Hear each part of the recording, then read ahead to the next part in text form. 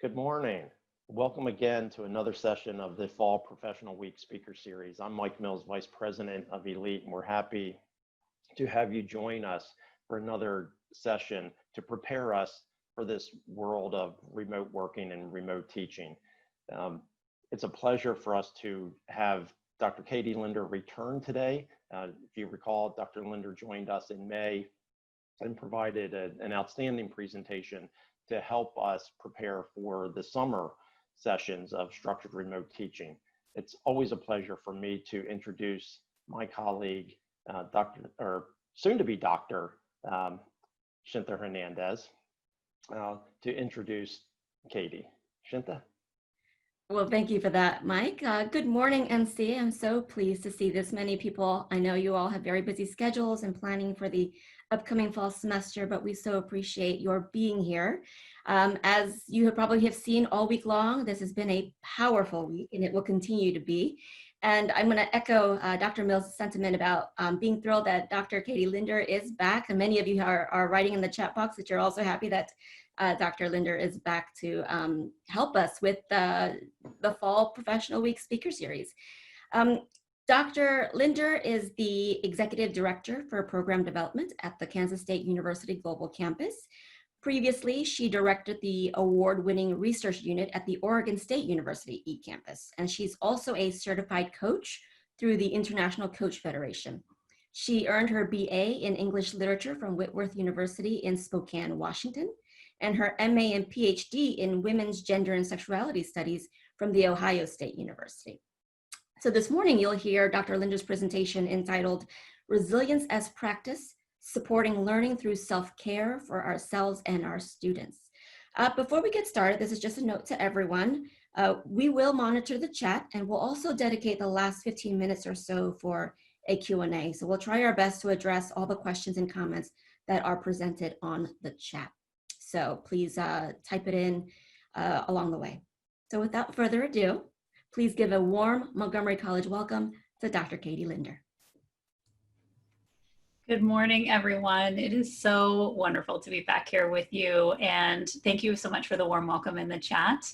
I am curious, just by a quick show of hands, because I can see many of you on video, how many of you were here in May to see the first talk? Several people. Okay, well, we can wave at each other. Hello, good to see you again. So now that we're in August, I can tell you my hair is quite a bit longer than it was in May. I'm still not out there getting haircuts. We're still pretty locked down here in Kansas. You may have the same situation, but we did welcome our students back about 2 weeks ago and have been doing some on-campus work. And as I work with faculty on my own campus, I know there's a lot of stress and strain as we're going into this term, and also a lot of really wonderful things too, as we welcome our students back. So let me go ahead and share my screen and we'll get started with today's presentation. And you should be able to see the slide deck now for Resilience as Practice. And I'm really looking forward to talking with you today about how do we support learning through self-care for ourselves and for our students. And if you did attend the talk in May, you will remember that we talked quite a bit about resilience, and that is going to continue. That theme is going to continue today, and we're really going to connect it to this concept of self-care as well. So first, I want to remind us of what these resilience definitions are as we kind of work through today's materials. And if you'll remember, resilience is our ability to mentally, physically, and emotionally renew ourselves during and after difficult or traumatic experiences. And the during part is really important here because we continue to be in this space of some collective trauma. And that's an important part of this, is that we're not over the hump quite yet. And so we need to be thinking about that. It's also our ability to shift from this really alert, on guard response to a more calmed, cohesive state. And resilience is also our capacity to start to transition from this immediate survival perspective to being more forward thinking, to being more able to imagine a more positive future, and to be a little bit more sitting in like an optimistic space. And it allows us to be reconnected, re-engaged with ourselves and with each other. So there will be echoes of this definition throughout today's talk on self-care. And I want us to kind of keep this in mind as we're thinking about our self-care practices, because they're often layered and imbued with this understanding of resilience and as a goal that we're kind of working toward. Okay. So I want you to add into the chat, we're going to start with a little bit of interaction here about how your resilience practices have changed 6 months into this pandemic response time. And we talked in May about some potential coping strategies that people were engaging in, but I'm wondering if you have more longer term coping strategies that you're finding are working for you now that we're in a different phase of this process. And we're not just starting out, but we're actually digging in a little bit more to what this time means for us. So if you can, go ahead and share in the chat some ideas you have about these more long-term coping strategies that are starting to work for you, or even how your resilience practices have shifted or evolved over this period of time. I'd love to see some examples from folks. All right, so Diego's sharing about exercise and eating relatively well. That relatively is important. We need our little treats every once in a while, I think. Let's see, spending more time with pets and nature, going outside. I think we have some beautiful weather right now. Someone's utilizing lots of online meditation resources. I've been doing that too, using the Insight Timer app for meditation. We have at least one person who got a puppy. I bet you are not alone. This is the time to bring new animals into our lives, apparently. Let's see, knitting and swimming. Deep breathing, trying to be present, doing creative projects. Let's see, we have exercise and meditation seem to be a really common theme here. Also got a puppy? Okay, remodeling. Yeah, when we spend more time in our homes, we do have this opportunity to nest a little bit and make some changes, which is great. Okay, ukulele in all caps. Carolyn, that does deserve to be in all caps. That's very exciting. I'm sure there are other people probably playing instruments as well. Let's see, we have some gardening. Music is coming in here. Cleaning out and decluttering. Yes, another perfect thing to do when we're in our homes. More gardening, more music. Okay, lots of really amazing things here. Yeah, I think we also may be finding, and I've certainly been finding during this longer period of pandemic responses, that some of my self-care strategies and resilience practices are kind of ebbing and flowing. So I have some things that work some days and then they don't work the next day. And I have to really kind of change things up. And I see Megan saying limiting news. This can be a helpful thing when we have a lot of new information coming at us. So one of the things that I want to encourage us to think about today is that this time is asking us to kind of evolve and change, and that it's okay if something works one day and doesn't work another day. And this happens with our self-care practices as well. I love Miriam is saying finding laughter every day. Lots of hands-on descriptions here. Hopefully you're getting some very cool ideas of what this can look like for you. If there's other practices or inspiration you're looking for as it comes to resilience practices. Okay. So today what we're going to be focusing on is starting with some reflective questions to help you explore some of the emotions you might be experiencing as you're preparing to begin teaching. And one of the things we may have noticed during this COVID time is maybe in the past we had focused in the classroom on a lot of the cognitive components of learning, and now we're having to kind of let in some of the more affective components of learning. And so I want to share an exercise with you that kind of helps get at some of that affective for us as teachers. And then we're going to explore a self-care framework that can guide our actions both in the classroom and in our lives more generally, and that can benefit both us and our students. So we're going to look at that together. And then, like last time, I'm going to share 3 different concrete strategies that you can use with your students across modalities anytime in the term to do kind of check-ins and be thinking about how to add a little bit more margin, space, self-care practice into the classroom experience. So really looking forward to sharing those. Okay, so let's dig into some reflective questions. What I'd like you to do is engage in a couple of minutes of reflection on each of these questions. And we'll start with the first one, and I'll set a little bit of a timer, and then we'll come back after 2 minutes. If you want to do some reflective writing on this, you can definitely do that. Or if you just want to kind of sit and think about it, that's fine too. The first questions are, as you think about the upcoming term, what is your head telling you?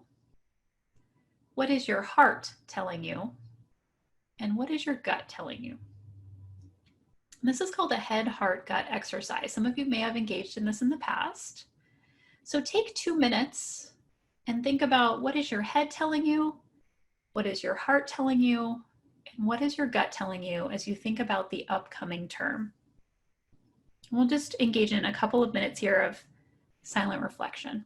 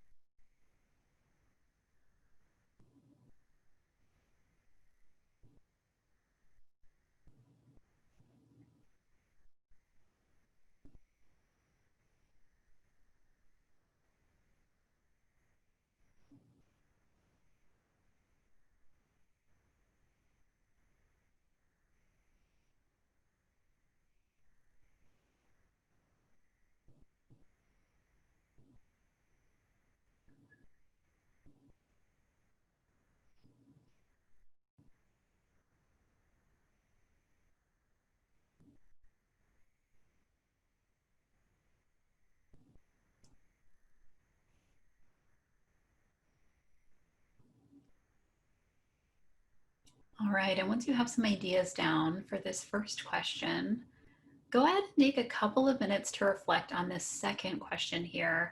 How do these messages compare and contrast with each other? So when you look at what your heart is telling you and what your head is telling you and what your gut is telling you, what about those messages are the same? What about those messages are different? Just do some reflection on what you're hearing as you think about each of those areas. We'll take a couple minutes here to do some silent reflection.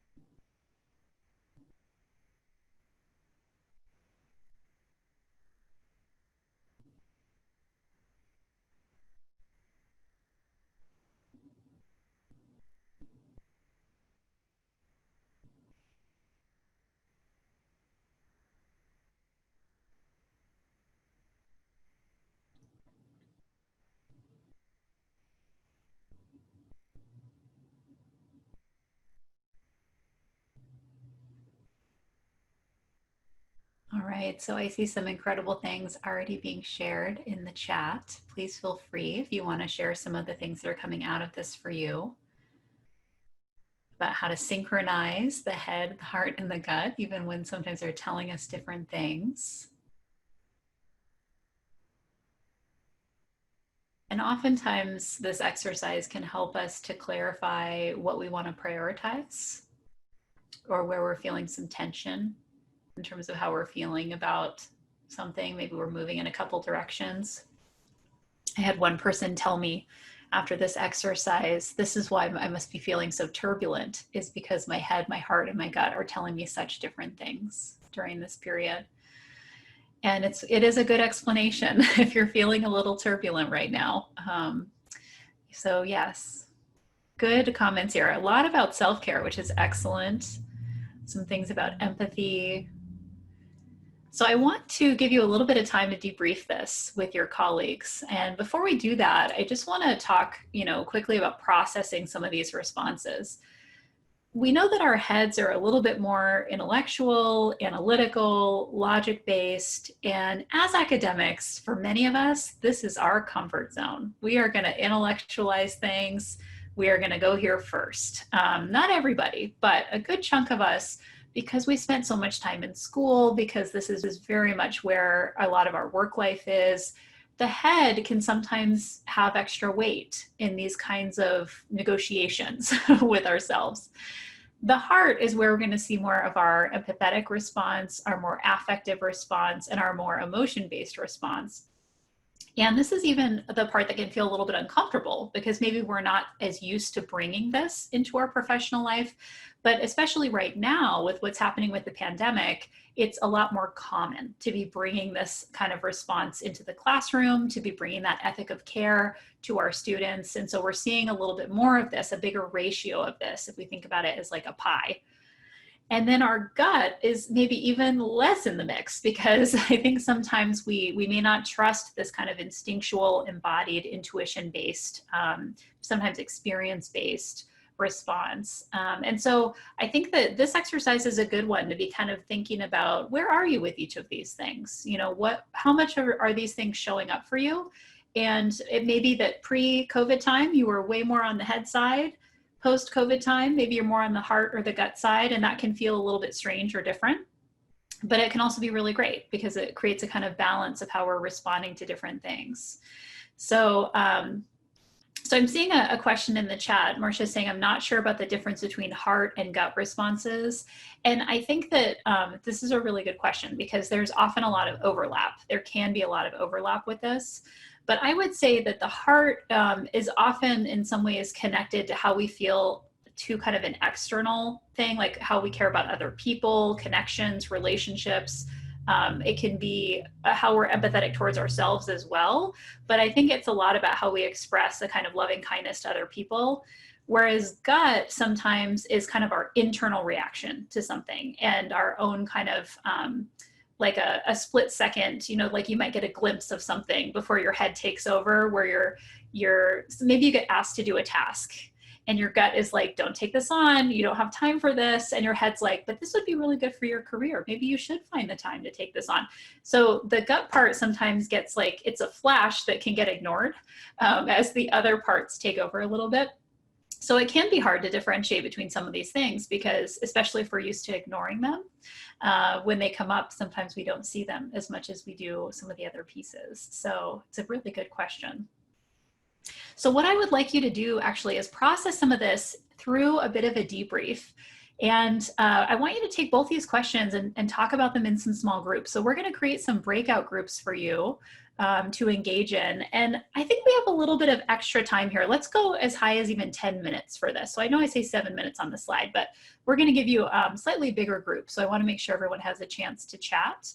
So we're going to open those breakout rooms and we'll give you about 10 minutes to process your head, heart, gut exercises and how these messages are kind of comparing and contrasting with each other and just how you're feeling as you're heading into this new term that's starting next week.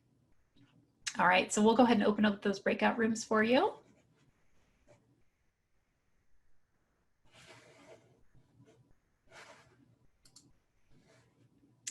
And go ahead and join those. We'll be back in 10 minutes.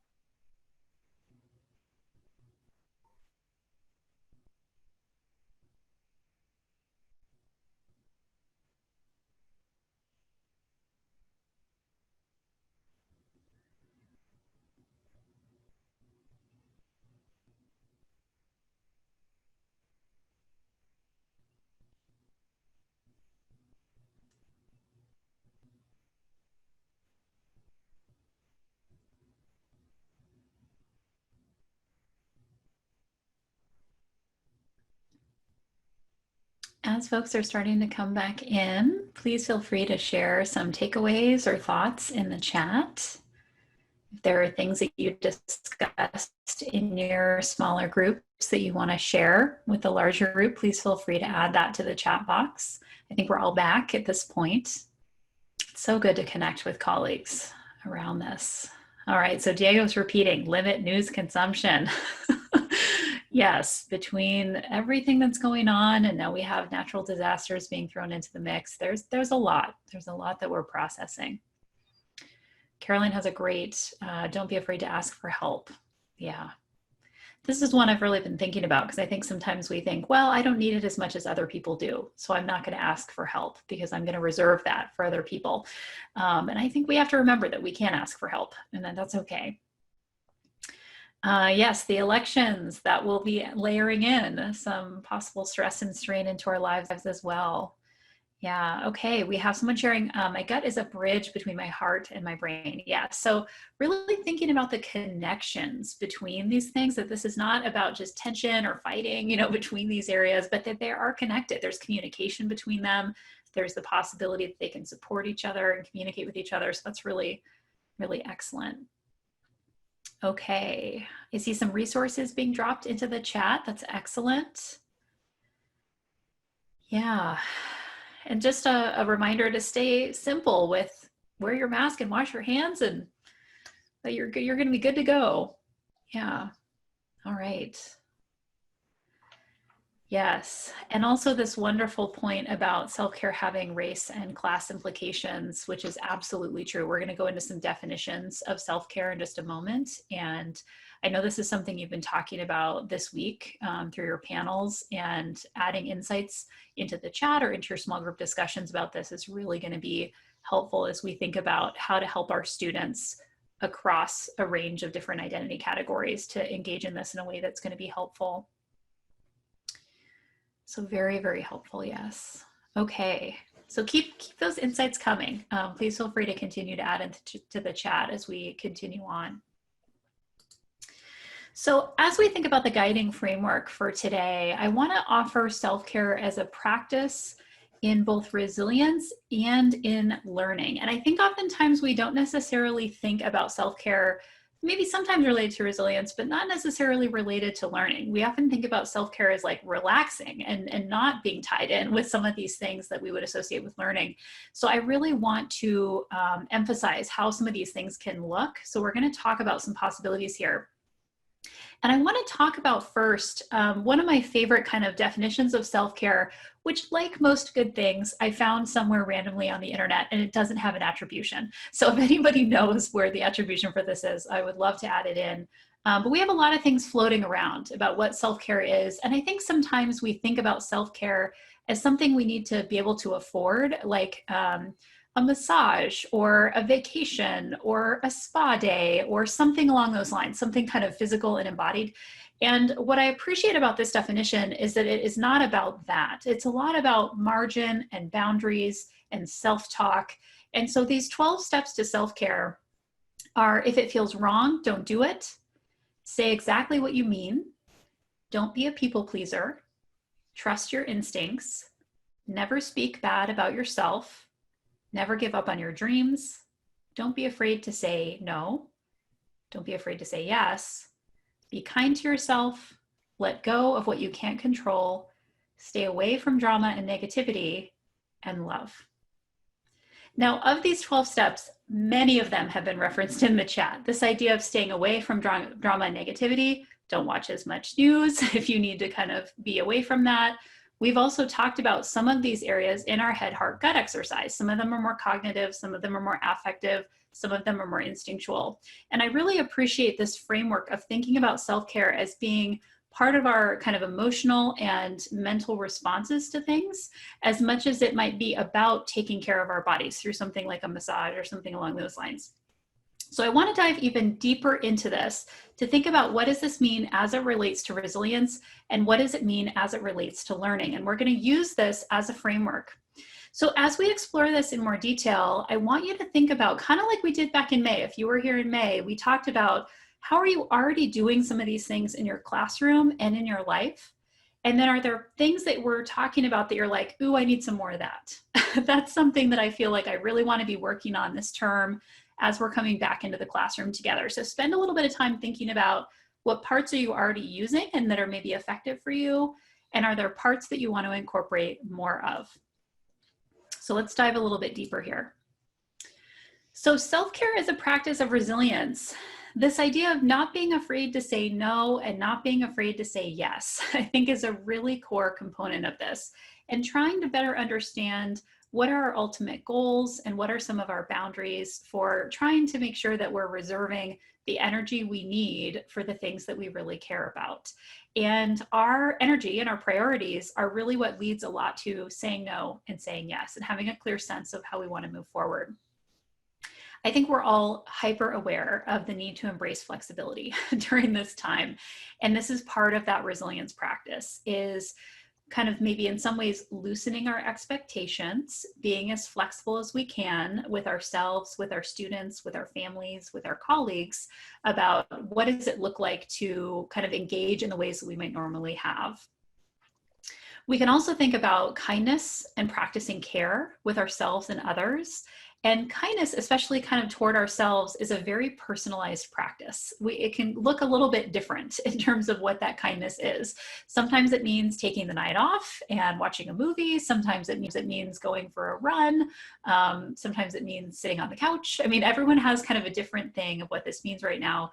And it's also, this is one of those areas, like I mentioned earlier, where maybe what worked before isn't working now, and you need kind of some new ideas and practices. And we've had a lot of really good ideas put into the chat. Part of self-care as a practice of resilience is the letting go of what you can't control. This has been a constant reminder during this time that there is a lot that we don't have control over, and especially COVID. We don't know what's going to happen. We don't know when the pandemic will end. We don't have control over the actions of other people and how that impacts what is happening with the virus. There's a lot of things that we just can't control. And trying to let go of that and identify what is something that I have control over and what are the things that I don't can loosen up our mental space a little bit and give us some more margin to really focus on the things that we want to prioritize. Some people talked about doing something that renewed you each day, finding laughter each day, finding a reason to smile. Some people have a gratitude practice that they're engaging in as a way to be renewed every day. And this is really getting at the heart of the resilience definition, that part of what we're trying to do is renew, even in the midst of challenging times. We're not waiting for those times to be over to recover, but it's a constant act of self-recovery to be in a longer-term situation where we need to be practicing resilience each day. Engaging in calming experiences. Many of you mentioned meditation, yoga, practices where we're really trying to center ourselves, focus our minds, practicing breathing techniques. I also saw several people mentioning in the head, heart, gut exercise a feeling of anxiety, nervousness. And as we go into the new term, I think that's really normal. And so really thinking intentionally about how can I calm myself as a form of self-care during this time, and how can I create calming experiences for my students is also something to keep in mind as well. Staying curious and creative with what you need is really important as our practices change and shift and evolve, and as this time changes and shifts and evolves, to make sure that we're kind of trying out lots of different possibilities of what's actually working for us in our personalized practices of self-care. Choosing positivity and avoiding drama when possible. And I think that for some of us, this means taking breaks from the news, from social media, from spaces that we don't quite know what we're going to encounter when we enter into Twitter and see kind of what are the things that people are posting. And then the last piece of this, I think, is to practice what I call radical patience. I think we've all been in situations where we lose our patience a little. We feel a little more irritable. We feel a little bit more moody maybe than we have in the past. And part of our self-care as a practice of resilience is using that embracing of flexibility and creation of margin to practice patience and to understand that we can loosen our expectations a little bit to bring ourselves to a place where things feel a little bit more loose, there's more space, and we can care for ourselves a little bit more. Yes, and I'm seeing some wonderful comments in the chat about not comparing, which I think is great, and also radical patience leading to radical inclusion. So I think there's definitely some connections to some of the things you've probably been talking about earlier this week. So this is self-care as a practice of resilience that really ties into that definition we talked about on the earlier slide today. And now I want to shift to think about self-care as a practice of learning. So how does this tie in with the classroom and with our teaching and learning practices more specifically? So part of this is why I wanted to do the head, heart, gut exercise, because part of the self-care as a practice of learning is trusting your instincts. And if it feels wrong, consider why. It doesn't mean that necessarily don't do it, but why does it feel wrong to you? What is it about maybe your values or your priorities that feel misaligned with whatever it is that feels wrong to you? And then listening to the full comprehensive picture of your head, your heart, and your gut. I think it's been easier during this period to access our hearts and our guts because we're hearing those messages loud and clear. But as academics and higher ed professionals, we are more trained on the head side. And I think that is kind of our default mode. We can ask ourselves and our students what we need to feel calm and safe each day. As we continue during this time of collective trauma, how can we continue to figure out what it is that we need, and knowing that that will shift and change as the term goes on. So what we need week 1 of the term might look different than what we need week 3 of the term, week 8 of the term. So it's a constant practice of checking in with ourselves and with our students to really try to understand what it is we need. We can also create space for what I think now and we all recognize is necessary and unavoidable trauma responses. So this is our students being quarantined, potentially becoming ill. This is responses to various social justice issues that are happening in our country right now, to the elections that are going to be happening in November. We need to allow for some margin in deadlines. We need to prepare for emotion-infused responses, knowing that this is going to be part of a very natural response to what's happening. And I think that creating space for that and allowances for that helps it to feel like we're prepared as we can be for when those things might happen. Considering how our values are impacting our actions is a big part of self-care as a practice of learning. How are the kinds of things we're building into the classroom experience reflecting an ethic of care or other kinds of value systems that we want to be imparting for our students? And then also allowing for space and time to reflect on and acknowledge growth. 2020 is going to be a massive growth period for our students, for us, and even in the middle of it, we might not be able to see it. It might feel a little bit, chaotic right now, but we're going to come out on the other side of this and we are going to be changed. We are going to have things that we have learned and grown through, and creating space and time to really reflect on that and acknowledge that growth over time is going to be really important. And often when you feel that, if that feeling in your gut of kind of nervousness or maybe some anxiety going into the term, I think part of what it signals to us is that we're taking a leap and we're leaping into something new and different and maybe a little bit uncomfortable, but that's part of what learning is. And our students are going with us on that journey as well. So a lot of really rich things to think about when we consider self-care as a practice of resilience and as a practice of learning. So I want you to kind of think about, are there parts of these frameworks that you're already using, like we talked about earlier, and parts of these frameworks that you want to incorporate more when you think about self-care as a practice of resilience and you think about self-care as a practice of learning? And go ahead and share a little bit in the chat if there's some things that you're kind of taking away here. I see from Lavina that everything has to be intentional. This moment is allowing us to think about this concept of radical patience. We have an opportunity right now that's very unique in terms of thinking about some of these things. From Marcy, patience is loosening expectations. Yeah, absolutely. Not letting go completely. I mean, that would feel really uncomfortable if we had no expectations, no boundaries, no rules, but we're just loosening them. And that allows us to have that kind of margin and space for to move to move and to stretch in the directions that we really need to. And it can mean so many different things in your life, in your work, to loosen those expectations and just be kind to ourselves. All right, Deb is sharing about letting the class establish ground rules and how they're going to look different this fall, but will be even more important than ever. Deb, I think this is such a great practice of involving students in talking about this and having an open conversation about what makes a class feel safe for them, or what is a safe learning environment.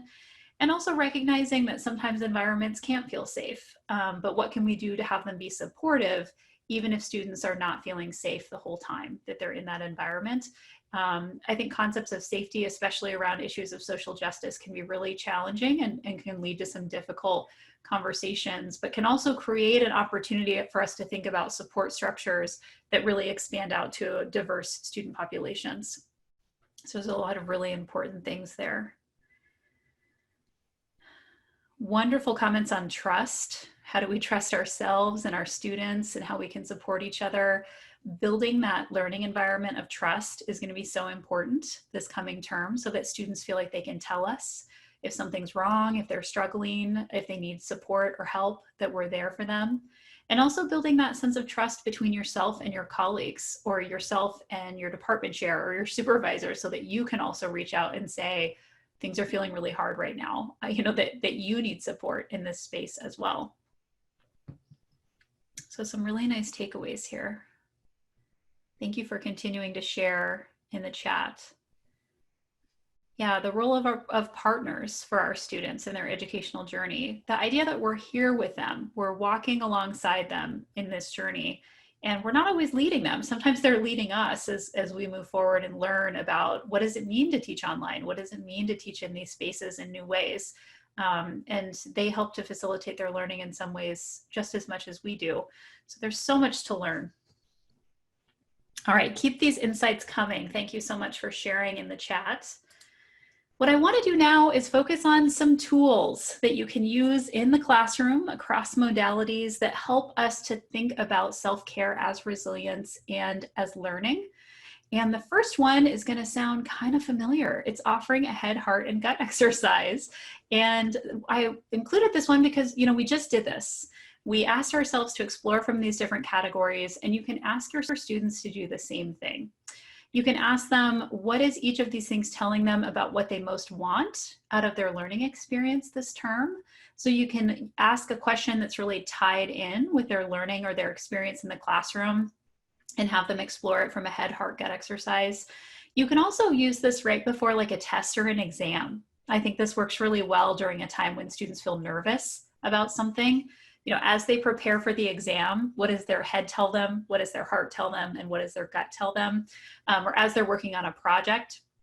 So this is one that we can really build in a lot of different ways that allows our students to focus on the affective as much as they're thinking about and focusing on the cognitive aspects of the classroom.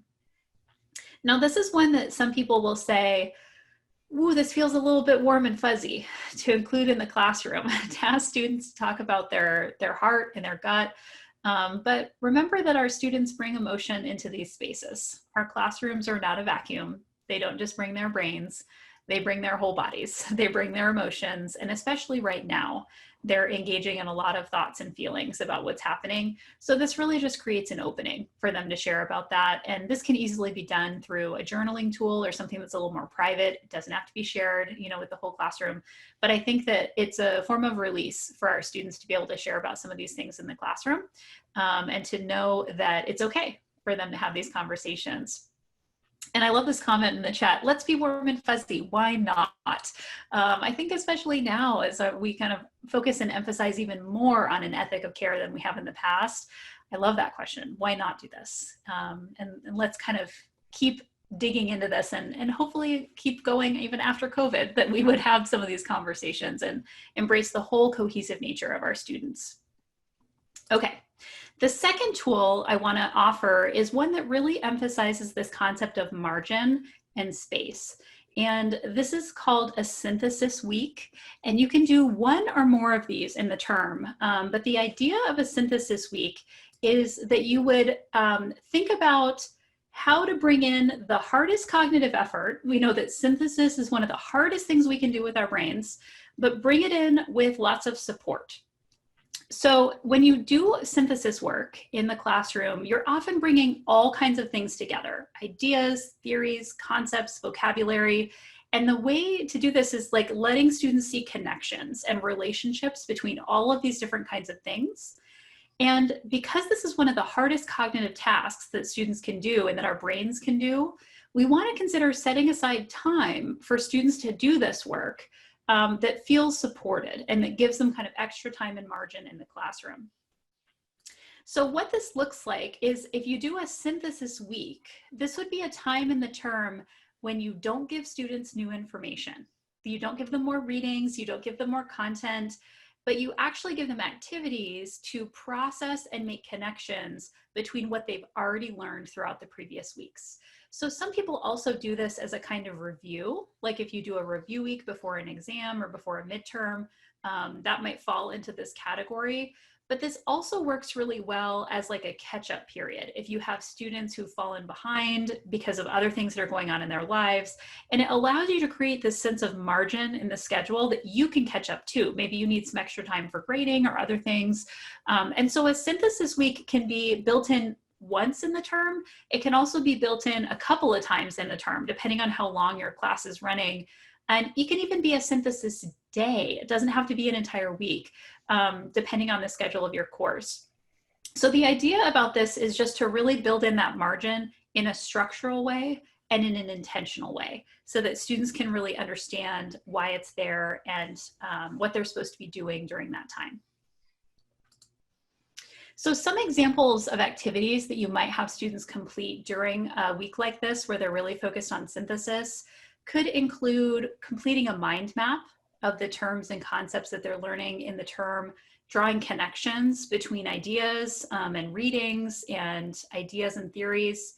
You could have them write sample exam questions for the content that was covered over the previous weeks, so that they can start to see kind of the Q&A, the questions and answers that might come out of some of that content. You can also have them engage in a comprehensive discussion about the week. So you could have them formulate discussion questions in a discussion board or in a live synchronous session where they're talking about ideas from week 2 and week 7, and they're starting to bring those things together. So there's lots of possibilities here, but the idea is to kind of cross-pollinate across the term, and it allows you to have, again, that space and that margin for them to make some of those connections. So I see someone saying, you know, synthesis and review are similar. I think they can be, because especially if in our review we're trying to help students to synthesize information and make connections and see relationships, there can be a lot of overlap between those two things. So it would depend on kind of how you're structuring your class, but there's a lot of good possibilities here of how you can build in something like a synthesis week. So that's tool number 2, is to think about creating time margin to synthesize, catch up, take a little bit of a break before you dive into more content and learning. Some of the things that synthesis activities can help students to do, I mentioned those relationships and connections across course materials and finding those, really exploring and reflecting on what they've learned thus far within a course. That's a really big piece of what synthesis activities can help with, is what do students feel confident about? What are some things that maybe they feel less confident about? They can also catch up on material if they've fallen behind. And also they can ask, I think, more interesting and advanced questions about what they're learning, because they're starting to see those connections and they're starting to see how there's relationships across some of the material. As experts, sometimes those relationships are pretty obvious to us, but we have to remember our students are novices. And so those relationships are going to be less obvious to them. We have to really draw their attention to some of that. Okay. And then the third tool that we can consider for our students is what I call a fast forward game, playing a fast forward game. And in this tool, part of what we are thinking about is going back to our definition of resilience. We're thinking forward to the future with a sense of positivity and anticipation. And especially when we're just at the beginning of a term, this can be kind of an important thing to focus on, where we ask students to fast forward to help them think about the future and create an optimistic vision for how they're going to be able to use what they're learning after your course is completed. So when we think about something like a fast forward game, there's lots of different ways that they can play this. One is to ask students to share what are the facts from your course that they would talk about after the course is done, after COVID is done, when they go to a party or a gathering and it's like a cocktail party. You know, what are the factoids that they're going to bring out and that they're going to want to share with friends and colleagues or family members. You can also ask your students to share if there's an assignment from your course that they would talk about at a job interview that would provide evidence of their unique skills and abilities. So really helping students to connect your course material with a very specific future state where they're on the job market. And then you can also ask students to imagine how they're going to feel and what they're going to do the day after the last day of the term. How are they going to celebrate those accomplishments? So each of these things are bringing students to a more positive future state, allowing them to imagine and express and vision what that kind of state might look like for them. So these kinds of activities really help our students to have hope for the future. That's one of the most important things we're offering through this. And they can think about how their current educational experience connects to their future plans. Even if the future feels a little uncertain, they can think pretty far into the future to think about what that would look like. And recently I saw kind of an interesting thing on the internet that said, most people don't realize that where they are right now is based on actions they took 3 to 5 years ago. And so we really should be planning 3 to 5 years into the future, because what we're doing right now is going to have impact in 3 to 5 years. So this kind of fast forward activity is kind of a version of that, where we can tell students, where do you want to be 3 to 5 years from now? And what can you do right now that can really impact on that? These kinds of activities also allow students to draw relationships between course content and real world experiences, to identify how their areas of interest, their values, their skills relate to course content, and just to see themselves in a positive future state. If right now is feeling kind of hard, they can look ahead and kind of do that fast forwarding. So what I want to do is offer one more chance to go into breakouts and kind of process some of this and think about what it means for our classrooms, for your classroom, as you dive into this next term next week. So some of these ideas here are really about creating opportunities for students to explore their experiences through both intellectual and affective models. We're also designing environments that really emphasize margin and flexibility. We're offering students ways to connect their current educational experiences to that positive future state. We're sharing our own self-care practices with students to model the impacts of these choices. And we're also trying to provide opportunities for more personalized and deeper connections between your students and between your course materials, and of course to you as well. So what I'd like to do is break us out again. We're going to do another round of breakouts. And I'd like for you to think about, does one of these tools resonate with you? Do you feel like this is something that you can build into your classroom and share with your colleagues, you know, what you might be thinking of doing? And if not one of these tools, maybe something else that's tied to this concept of self-care and resilience and learning. So we're going to go ahead and open up another round of breakouts for about 10 minutes, and then we'll come back and close out together, and we'll have a sense of debriefing and closure. I see the question about, can we see this slide in the breakouts? I don't think you can. So if you want to take like a quick screenshot of it, or if you want to take out your phone and take a picture, that might be another option. So that you can have this, you know, to reference as you're in your conversations. It's a great question. And Katie, do we want to leave the same setup with the same individuals, or do you want to? Yeah, let's let the group stay together for this next one. So you'll be able to meet with some folks that you were chatting with before.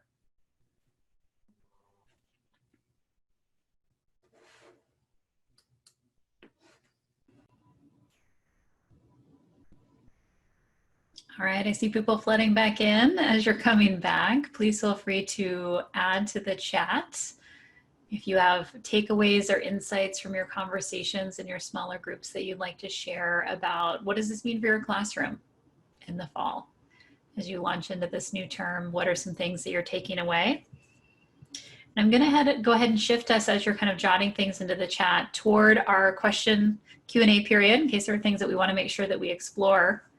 And just to kind of repeat what we did today, our agenda was really to begin with some reflective questions to help you explore some emotions that you're feeling as we head into this new term. Explore a self-care framework to guide our actions in the classroom and in our lives that can benefit us and our students, and also talk about some concrete tools and strategies that we can be implementing to really think about resilience and that connection to self-care.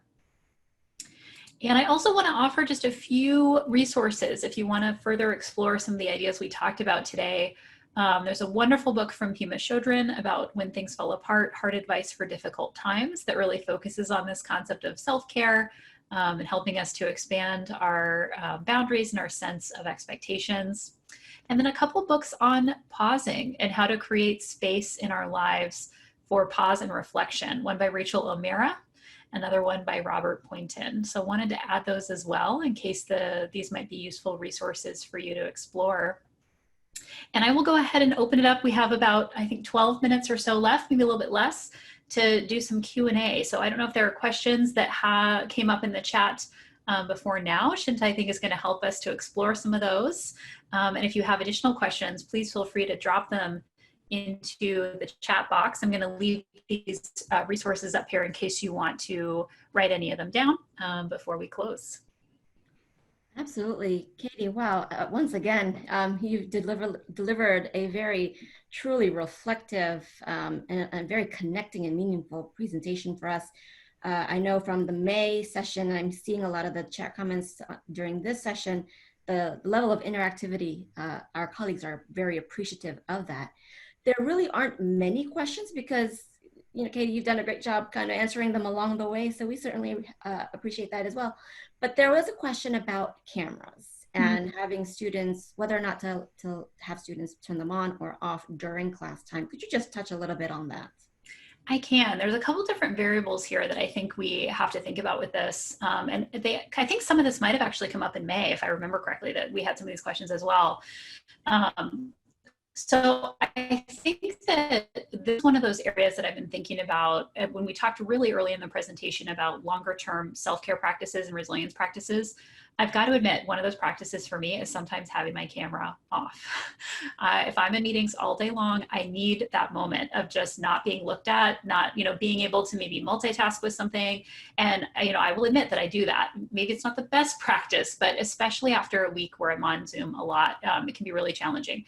Now, we know that our students are not in maybe the multiple meetings that we're in, but some of them could be, depending on what is happening in their lives and work. And so I want us to kind of remember that sometimes turning off the camera is a practice of self-care. And not always, but it can be. And so I think that's an important piece. The other thing I know we've all talked quite a bit about is students' privacy and our ability to see into their homes. I saw someone mention in the chat, we have privacy concerns as well about students seeing into our homes, seeing our family members, seeing our pets, seeing our backgrounds. And so I think that there are definite concerns around privacy.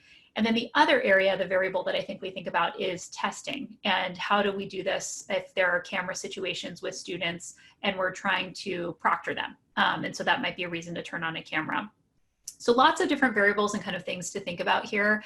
And what I would say is we could maybe try to use cameras in really intentional ways. So if we do breakouts, for example, in Zoom, we might say, can you turn on your camera in the breakout so that you can connect with your smaller group? But also recognizing we have students who don't have cameras, don't have that technology. So we're always going to have kind of these one-on-one negotiations with students to kind of see how this can work. But I want to go back to, I think it was Deb that talked about creating like a contract with students or having a discussion with them at the very beginning of the class. One of the things you could include in this is a discussion about cameras and how students feel about turning them on, turning them off. And because we know cameras can affect bandwidth issues and there's so many different factors of why a student might not have a camera on, I think that we want to kind of give a benefit of the doubt to these students as to why they're not turning it on. And also to recognize that as humans, I'm sure all of us have had that moment of turning off our camera and needing to take a moment, or needing to, at the end of the day, you know, be a little bit more private. So remembering that our students feel the same things that we do, and they have the same kind of drives and instincts that we do around some of these issues. If there are more specific questions about that, I'm also happy to respond to follow-ups. But I think this is one of those situations where we can talk with our students, negotiate with them a little bit about what they're thinking, and then in a case-by-case basis, sometimes help them make decisions. The other factor I've heard is that there are some religious observance issues with cameras in certain parts of the world. So depending on where your students are coming from. And so some of those things should be treated almost like an accommodation. And there may be other offices around campus that can help you to think about that. So there's a really broad spectrum of issues that come up when it comes to the question of cameras on or off. Terrific. Thank you so much for that very detailed response to that. As we wrap up, and like I said, there aren't too many questions, but I want to talk about some things that you've, some of my own takeaways, and I'm sure these are takeaways shared by many on Zoom, that you've given us a lot of toolkit ideas that not only can be applied to faculty inside the classroom, but I think also staff and others as they interact with students throughout a student's experience inside the classroom, outside the classroom, in advising sessions. I mean, a lot of these things that you've talked about can be done, you know, during a virtual office hour, maybe on a smaller scale, you know, but nonetheless, I think we are appreciative of this ready to implement type of toolkit that you've given us. And then the notion of planning for the next 3 to 5 years into the future. We have to keep remembering that you know, there will be a post-pandemic, and the point of resilience is to ensure that we're not just doing a one-time shot type of thing, that what we put in place has to be sustainable. Mm-hmm. And I really like that phrase, radical patience, and a lot of our colleagues have said the same, and I appreciate the linkage you made, that self-care is something that it should be viewed as a guiding framework for effective teaching, not just, you know, something that we use for a personal perspective, but something that can also be done inside and again outside of the classroom. Mm-hmm. So I'm still monitoring the chat. Let me just make sure if there's not anything else. I think I see a question from Emily about cameras for test monitoring and proctoring as a follow-up, and I'm happy to talk about that. I think, Emily, this is one of those questions that I would, one of the issues for this, I think, is trying to figure out if students have the capacity and the technology to do this, because some may or may not have cameras, or they don't have the capacity with the bandwidth of their internet to keep it running the entire time. And on our campus, we have had to do some modifications and accommodations for this to make sure that students are getting a roughly equal experience in terms of test monitoring. I also think that there are a lot of alternatives to proctored assessment that take away, you know, some of the concerns that we might have about students cheating on tests or cheating online. So I would encourage you to think through some of those alternatives if it really is kind of at a scaled perspective for your students, very challenging for all of them to have cameras on. This is also something that, depending on kind of the policies at your institution, you might include in a syllabus statement to say this class doesn't include proctored exams that require you to have a camera on. Please let me know as soon as possible if this is going to be a problem for you, so that we can try to troubleshoot what's happening. Again, I don't know if you have institutional policies that might not kind of align with that, but that, I think, is giving them kind of notice and talking about it like as quickly as possible into the term, I think, is a really helpful thing. But there are such a range of options now in terms of what we can do through our LMS, our learning management system, you know, that allow us to kind of really try to mix up the questions on exams and things like that in ways that can really help to mitigate some of the academic dishonesty concerns that we might have. So yeah, I think that there's a lot of possibilities here in terms of what we can do. And it can be a little bit challenging. We have to be creative. I think that's one thing we've learned during this time is we've really had to be creative as we think about our responses to individual students and our responses at scale for things like assessment in particular. Thanks for that question, Emily. Yeah, creativity, innovation, flexibility, empathy. I mean, these are things that we have to remember as we move forward into the academic year. Katie, before I hand this over to Mike to conclude, are there any last thoughts or words of wisdom that you'd like to share with us before we meet all of our students on Monday? Oh, Shinta, what a good question. I guess I would say, and I think you all from your chat and from your comments, I don't think this is going to be a problem for people. But I would say just don't be afraid to care. Don't be afraid to let that emotion in. I know it can feel a little weird to do that in a classroom where we haven't done it in the past. And maybe some of us have done it more than others. Maybe some of us are more practiced in that. But really allowing that to be part of our experience with our students, it allows us to accept them as whole people and to show them that we're whole people too, that we have good days and bad days and hard days and easier days. And I think it allows us to have deeper connections between us, our students, them to each other, to our course materials. So I know it can feel kind of scary, and there's probably a lot of anxiety and nerves as we think about a new term, maybe more so than we have in the past, but you're going to do great. And bringing that ethic of care, bringing that margin, bringing that self-care practice, it's all going to create an incredible learning experience for your students. So I will be thinking of you all on Monday as you're starting, and I want to wish you the best as you think about heading into this new term. Thank you, Katie. And I just want to say to everybody, just remember, we're all in this together. All right. Mike, over to you. Thank you, Shinta. Katie, thank you once again for your wonderful words of wisdom. You've given us a lot to reflect on.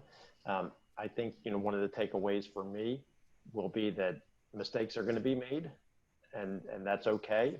Work with our students as we move forward. I would like to give Dr. Sanjay Rai, our Senior Vice President for Academic Affairs, a minute to welcome everyone and thank them for attending. Sanjay? Thank you very much, Mike. First, I want to give my sincere thanks to Dr. Katie Linder. This is her second appearance at Montgomery College. We enjoyed her presentation so much, and we learned so much from her presentation in May that we decided to bring her back. And again, we learned so much. She has become part of Montgomery College community. So my hope is that we'll continue to benefit from her experience as we move forward through these changing times. We need expert help. We don't know everything, and we are very fortunate that she has been giving her time and expertise to us. I want to thank all our colleagues who have joined us for this presentation today, and also for all other Professional Week activities. This has been a very enriching experience. I want to thank Mike Mills and his elite team, and also Professor Shinta Hernandez for giving us this wonderful opportunity to learn. When I heard Dr. Linder said that 2020 is going to be a massive growth period. We are experiencing that, and these Professional Week presentations are certainly helping us to grow and become, the professionals that we want to be. The first exercise, head, heart, and gut. Personally, I have 3 different directions, and over the last, few months, we were challenged. What is perfect, what is pragmatic, and what is possible. So that's where I think we had a struggle, and we had to make decisions. But I have to say that in the end, after you are through a difficult conversation, in the end, all 3 converged. And I think we need to move forward and continue to be open to these things. Thank you very much. Enjoy the rest of the Professional Week and certainly the fall semester. Thank you. Sanjay, thank you. And as we depart, I want to remind everyone that tomorrow at 10 o'clock, we'll have our final panel presentation for Professional Week. And a group of your colleagues, a group of faculty, will talk about creating a strong teacher presence in a remote online environment. So I invite you to join us at 10 o'clock. If you haven't yet registered, you can do that through MC Learns. Until then, take care, and practice those self-care tips that we just heard about.